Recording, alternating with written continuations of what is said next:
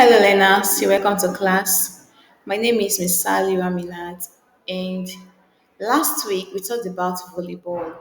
We traced the history of volleyball. We identified the person who introduced volleyball game, and then we discussed when Nigeria joined the Association of Volleyball, the equipment used in volleyball game, and also the nature of volleyball game. So this week we'll be looking at the different officials of volleyball game and the rules governing the game of volleyball. So at the end of this lesson, you'll be expected to mention the officials used in volleyball games, state the duties of each official, state the rules governing the game, and describe the positions of volleyball players. So, volleyball officials play a vital role in ensuring fair play and safety during matches.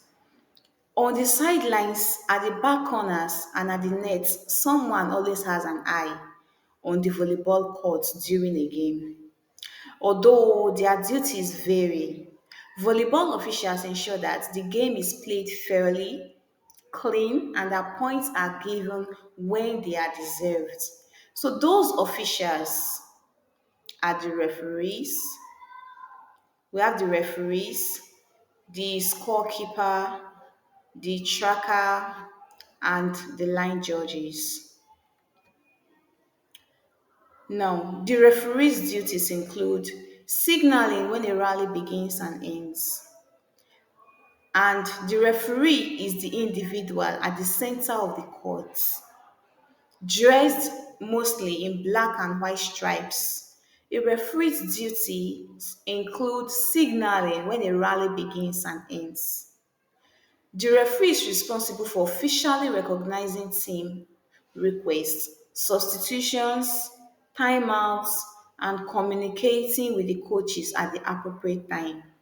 There are often multiple referees in a match according to the strength and power for volleyball websites. And in a volleyball game, usually there are two referees. And the first referee directs the match from the first moment arriving at the court until the end of the match. He has authority over all members. And the first referee also examines the ball that will be used for the match. He inspects the net, playing area, and other equipment to ensure they meet specifications. He conducts the coin toss and meeting of referees and team representatives. He controls the warm-up conducts of teams and establish ground rules as needed. The second referee ensure the names of the official appear on the first set score sheet. And he ensure the coaches have line-up sheets at least 10 minutes before the end of each team's timed warm-up periods. And this same official, the second referee, collects the lineup sheets from each team at 3 minutes mark on the clock timing, the pre-match warm-ups, and submits them to the scorekeeper. The line judges. Then the other official is the line judges. The line judges work with the referees to assist in making judgment calls. There are usually two line judges, one at either end of the court, usually in opposite corners. These officials often use flags to signal when a ball is in or out, hits the antenna of the net, or when the server commits a foot fault or steps outside the line as they serve. So the officials in volleyball crew include the first referee, the second referee, the scorer, and the line judges. So we have the scorekeeper. The scorekeeper is in charge of the score sheet throughout the match in cooperation with the second referee, and he creates official record of volleyball games. The scorekeepers and assistant scorekeeper are seated at the scorekeeper's table, positioned on the side of the court opposite the first referee and behind the second referee. So the scorekeeper creates official records of volleyball games. Before play begins, the scorekeeper records team and player information. And once the game begins, scorekeepers not only track points but also player substitutions, sanctions and timeouts. The scorekeepers keeps an eye on the individual serving the ball to track the rotation and notify referees of potential lapses. And at the close of the game, the scorekeeper records the final score of the game. Now we have different rules that governs the game of volleyball, and understanding the rules of volleyball is crucial for players and effective gameplay. Knowing the regulations such as rotation, faults, and net touches helps players make better decisions on the court. So a solid grasp of the rules not only improves individual performance but also fosters teamwork and sportsmanship, enhancing the overall experience of the game. Moreover, referees rely on players' knowledge of rules to maintain fair play during matches. Rules of the game. Now we have different rules. The first rule is that six players on the floor at one time. That is three in the front row and three in the back row.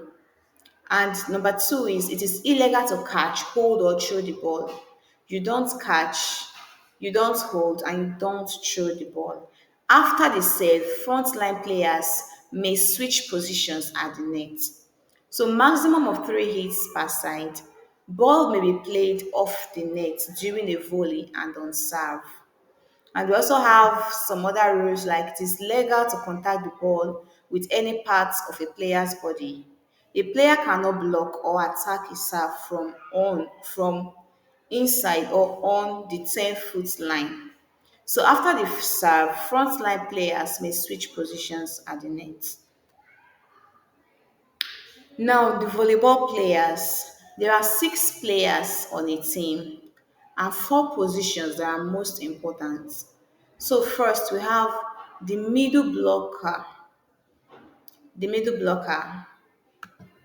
In defense, their role is to support the blocking of an opponent's shot from where the ball crosses the net.